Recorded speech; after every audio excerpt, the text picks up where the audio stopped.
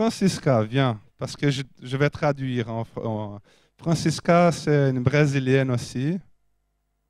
Je te laisse présenter.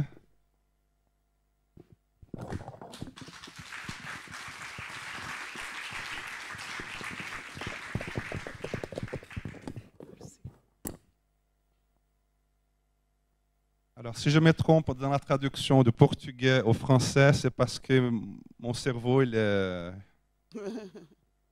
mélangé là. Bonjour, je m'appelle Francisca, je suis brésilien. Maintenant, c'est l'héros qui va traduire pourquoi le baptême. Eu escolhi a vida melhor que existe, que é Jesus. Je choisis la meilleure vie qui existe, qui est Jésus-Christ. Ele é o caminho, a verdade e a vida. Jésus est le chemin, la vérité et la vie. E para mim, o renascimento. Et puis pour moi, c'est une renaissance, ao encontro com ele. Une rencontre avec lui. E a ele eu quero servir a minha vida. Et c'est lui que je vais m'abandonner et servir. Que sem ele não temos o porquê de estar aqui, é um motivo. Si ce n'est pas lui, il n'y a pas de raison pour qu'on soit ici. E eu encontrei. J'ai rencontré. E eu agradeço. Et je le remercie. Essa luz. De cette lumière, de cette rencontre.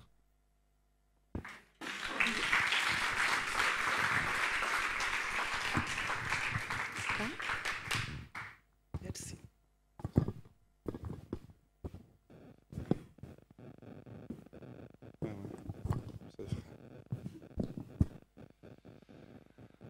Sophie.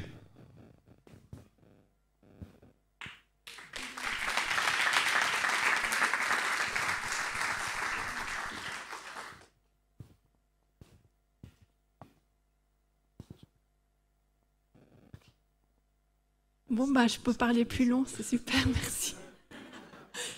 Alors, bonjour à toutes et à tous. Je m'appelle Sophie. J'ai 50 ans. Ouais, c'est aujourd'hui.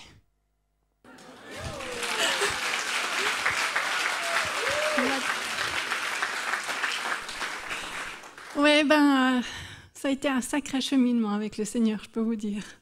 Alors, Léo m'avait dit, écoute, t'as 5 minutes pour résumer un peu en 50 ans ce que... Et là, il vient de me dire un peu plus. Mais vous inquiétez pas, vous allez pouvoir quand même profiter du soleil aujourd'hui. Alors oui, bien moi, oui, j'ai vraiment eu le Seigneur tout le temps avec moi. Mais ces 15 dernières années, c'était un peu compliqué. Je lui demandais au secours. J'écrivais au secours, au secours, au secours. Et puis, il y a une dizaine d'années, là, j'en pouvais vraiment plus. Puis je dis, Seigneur, là, il faut vraiment que je prenne une décision pour que ma vie change, qu'il y ait quelque chose qui change, parce que là, je vais carrément au fond du trou, là. Et puis, j'ai dit, OK, c'était un jour, il y avait le brouillard, mais vraiment brouillard, on ne voyait rien du tout. Je suis sortie de chez moi, au milieu des champs, il y avait un chemin que je connaissais, mais là, je ne voyais rien, donc je ne voyais que mes pas. Et puis j'étais avec le Seigneur, puis j'ai dit, écoute Seigneur, il faut vraiment quelque chose qui change. Puis j'avançais sur ce chemin. Je suis arrivée à un stop, puis j'ai dit, écoute Seigneur, OK, il y a ce stop. Si je vais à gauche, il va falloir que la décision que je vais prendre, c'est peut-être pas la bonne. Puis si je vais à droite, c'est quand même peut-être la bonne, mais c'est toi qui me diras si c'est vraiment la bonne parce que je veux la prendre avec toi, Seigneur. Puis j'ai dit, OK, je vais à droite. Je vais à droite, je marche, toujours le brouillard, il y a un pont, je monte le pont, toujours le brouillard. Je dis, mince, alors, c'est peut-être pas la bonne décision, mais bon, je vais continuer. Et tout d'un coup, je vous promets, il n'y avait plus un brouillard. C'est arrivé le ciel bleu, un soleil, mais comme jamais. J'ai dit, waouh, merci Seigneur. À partir de ce jour, et après des jours et des semaines et des mois, Et bien évidemment, il y a le malin qui n'était pas très content, donc j'ai dû faire face aux injustices, aux violences. J'ai dû faire face à beaucoup de choses assez pas top. Mais par contre, le Seigneur a fait en sorte que je tienne droite, que je tienne debout, et puis m'a fait rencontrer des gens merveilleux. Des gens, mais même des chrétiens. Ah bah tiens, c'était la voisine. Ah mais je savais pas qu'elle était chrétienne. Allez, viens, on va prier ensemble. Une autre voisine. Allez, viens, on va aller à l'église ensemble. Ah bah mon médecin aussi. Ah puis un policier, mais c'est fou ça. Oui, et puis on a cheminé ensemble. Ah mais tiens, il y a les textes de la Bible. Ah oui, mais il y a un pasteur. Oh mais ces messages, qu'est-ce qui m'ont touché. Mais c'était, voilà. Et ça a été un cheminement là pendant... Même il y a eu aussi des délivrances ces 2 dernières années. Ça a été des délivrances, des guérisons. Et vraiment, bon, j'ai pas encore fini.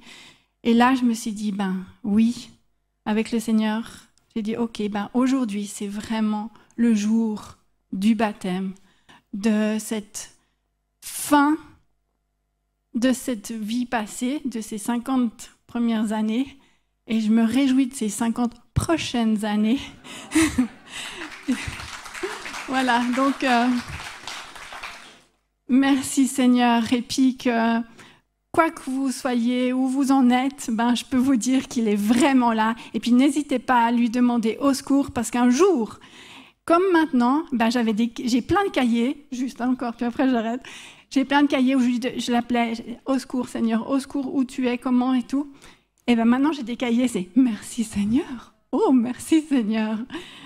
Aide-moi encore, parce que voilà, mais là maintenant, je peux être fière et puis être heureuse de pouvoir te servir, de pouvoir vivre à tes côtés, Seigneur, et enfin de vivre le projet que tu as décidé pour moi et mes amis. Alors, je vous souhaite un bon dimanche et merci de m'avoir écouté.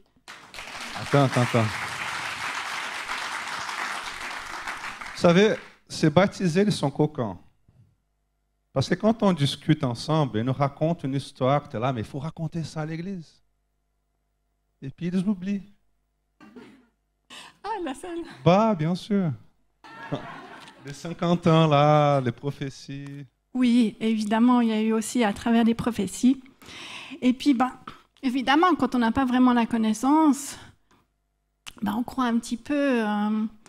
Et puis moi, depuis toute petite, j'ai dit, 50 ans, je vais mourir. Je sais pas, j'avais vraiment peur. Et puis il y a eu une prophétie qui disait que c'était ridicule. Et puis j'avais 25 ans, j'étais partie en Angleterre pour apprendre l'anglais. Et puis il y a eu une japonaise dans notre classe qui lisait les lignes de la main. Puis moi je savais pas que c'était pas bien à ce moment-là. Puis elle m'a dit, toi à la fin de ta vie, tu vas être entourée d'hommes, plein d'hommes. Voilà. Puis je dis à Léo, mais j'ai compris. Mais c'est top. Oui, effectivement, à 50 ans, je vais mourir. Mais pour avoir une nouvelle vie. Et puis aujourd'hui, je vais être entourée d'hommes, Pierre-Alain et Léo, pour m'aider à mourir et puis rentrer dans cette vie nouvelle. Alors effectivement, ils avaient un peu raison, mais la malédiction est revenue en bénédiction. Amen. Alors, voilà. Merci. C'est génial ce témoignage. Je l'ai dit, mon papa aussi. Mon papa, il était aussi une fois... Mon papa et maman, ils étaient un peu dans la magie blanche, un peu dans le truc pareil. Et puis ils sont allés visiter quelqu'un pour qu'il prévoie l'avenir. Et puis elle a dit, ton mari, telle date, il va mourir. Ma maman, elle était désespérée, paniquée, en pleurs. Et puis la date que la dame a annoncée, serait la mort de mon papa, c'était le jour qu'il a accepté Jésus. Et il est toujours en vie. Mais il est mort justement pour renaître dans cette nouvelle vie avec Jésus-Christ. Tania.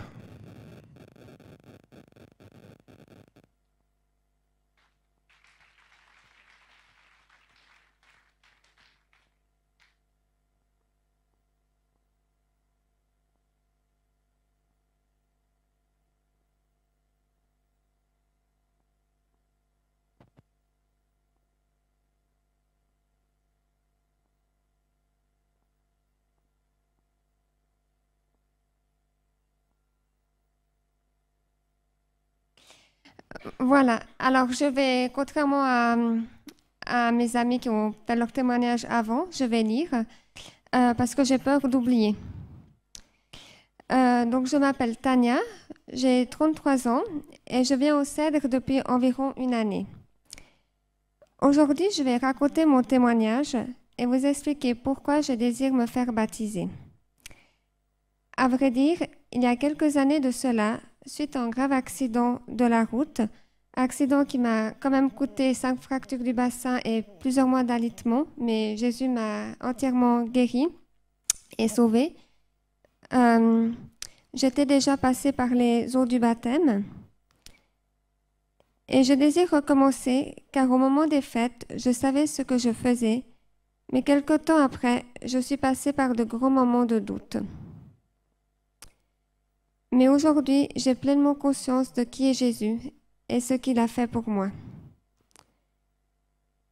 J'ai eu un accident de la route assez grave dont il est difficile pour moi d'en parler. Mais je peux vous raconter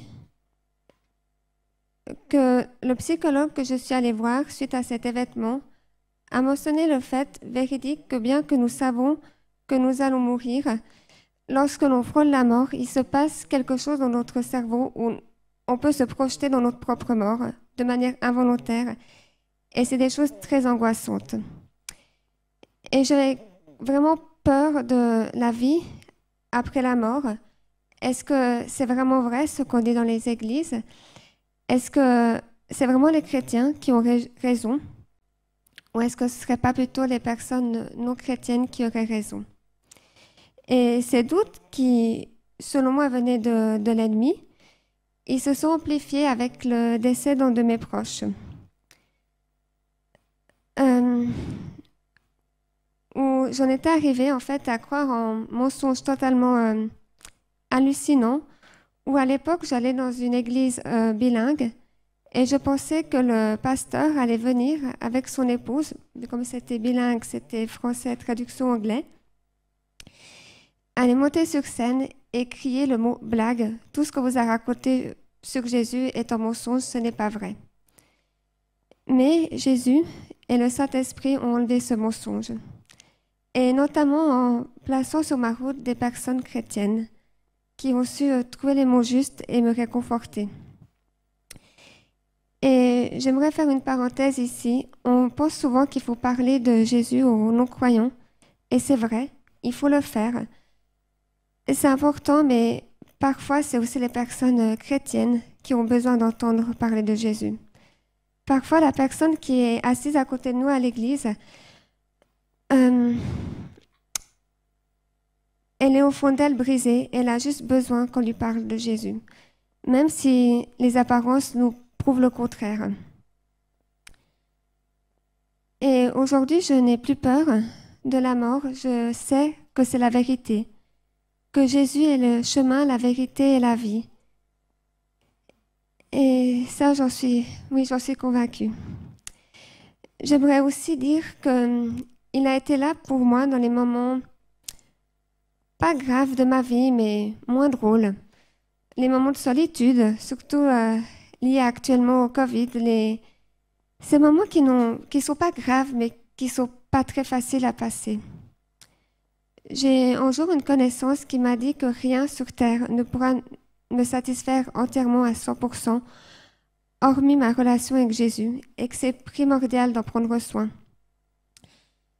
Et d'écouter des messages chrétiens, de bons messages chrétiens, de lire la Bible, de lire de bons livres chrétiens. Et c'est ce que j'ai fait. Et je pense qu'en faisant ça, je me suis approchée de Jésus et qu'il s'est approché de moi. Voilà. Oui, je pense que je vous ai tout raconté. Et moi, je vous remercie pour votre écoute. Merci, Tania.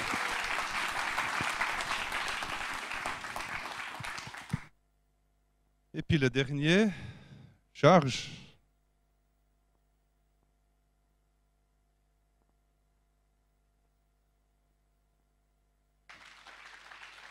Tu veux le pupitre?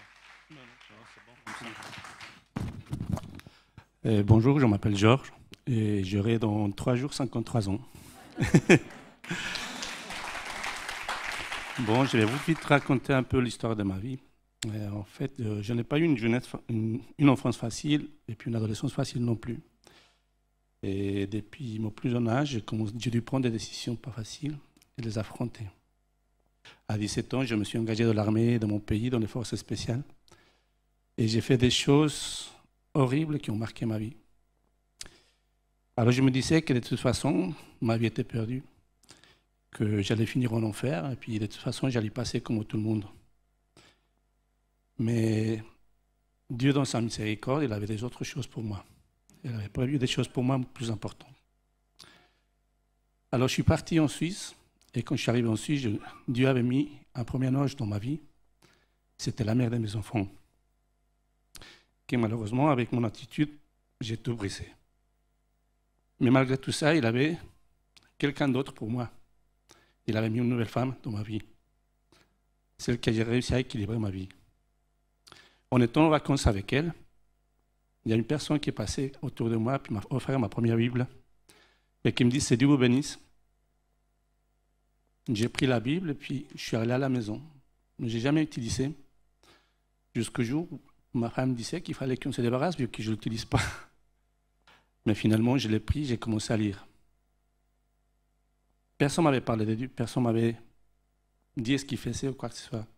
Mais pendant que je lisais la Bible, il transformait ma vie, il transformait mon cœur, puis il avait soigné toutes mes blessures d'enfance.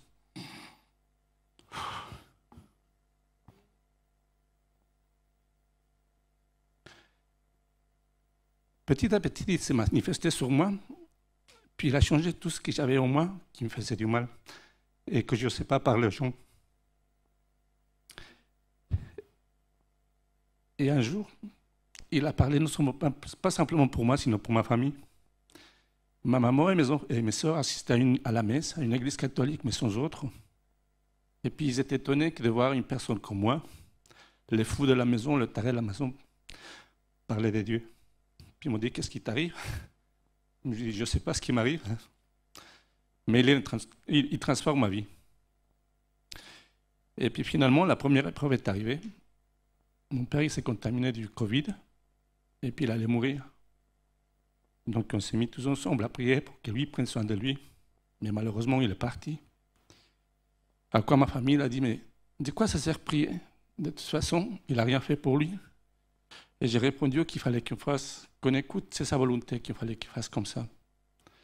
Et grâce à son amour et sa miséricorde, ma soeur et ma maman, maintenant, ils assistent à une église aussi. Et on continue à étudier la Bible ensemble.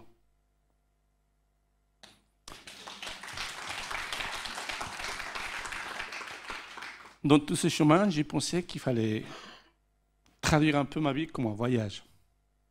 Et heureusement, j'ai trouvé une chanson en espagnol qui traduisait un peu ma vie, ce que c'était.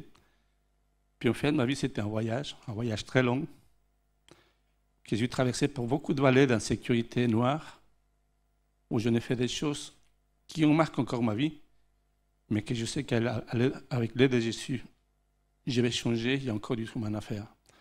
J'ai décidé de me baptiser parce que j'ai trouvé qu'en lui, j'ai trouvé la paix. Et il m'a conduit jusqu'ici, de cette église-là. Je ne savais pas où j'étais. Il m'a amené jusqu'ici et j'ai trouvé une nouvelle famille. Je remercie ma femme et mon fils qui sont là pour moi aujourd'hui. Dieu bénisse à tous.